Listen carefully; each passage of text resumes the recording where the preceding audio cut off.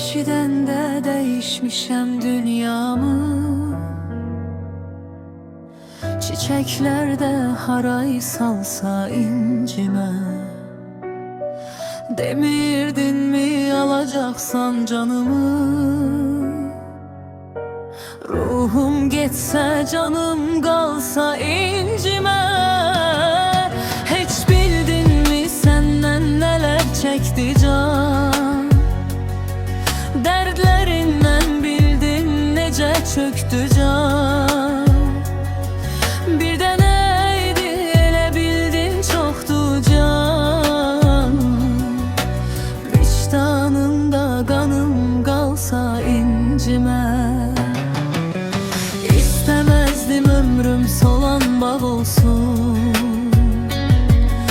Mənsizliyin bir dözülməz dağ olsun. Koymadım ki bircəcik ağ olsun. Günlər sənə qənim qalsa incimə. Heç bildinmi səndən nələr çəkdi can? Dərdlərindən bildin necə çöktü can.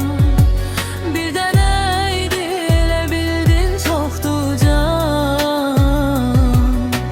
Vicdanımda qanım qalsa incimə.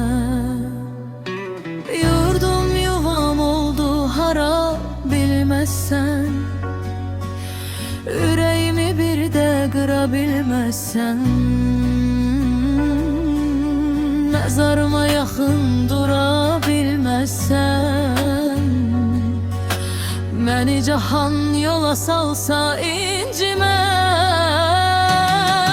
Heç bildinmi səndən nələr çəkdi can? Dərdlərindən bildin necə çöktü can. Bir dənəydi elə bildin çoxdu can. Vicdanında qənim qalsa incimə.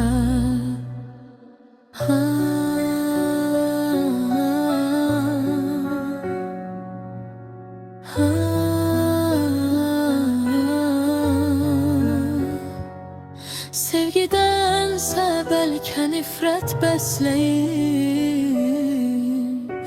Daş ürəklim can çürüdən tərsliyim. Məni səndən vaxtsız alsa incimə.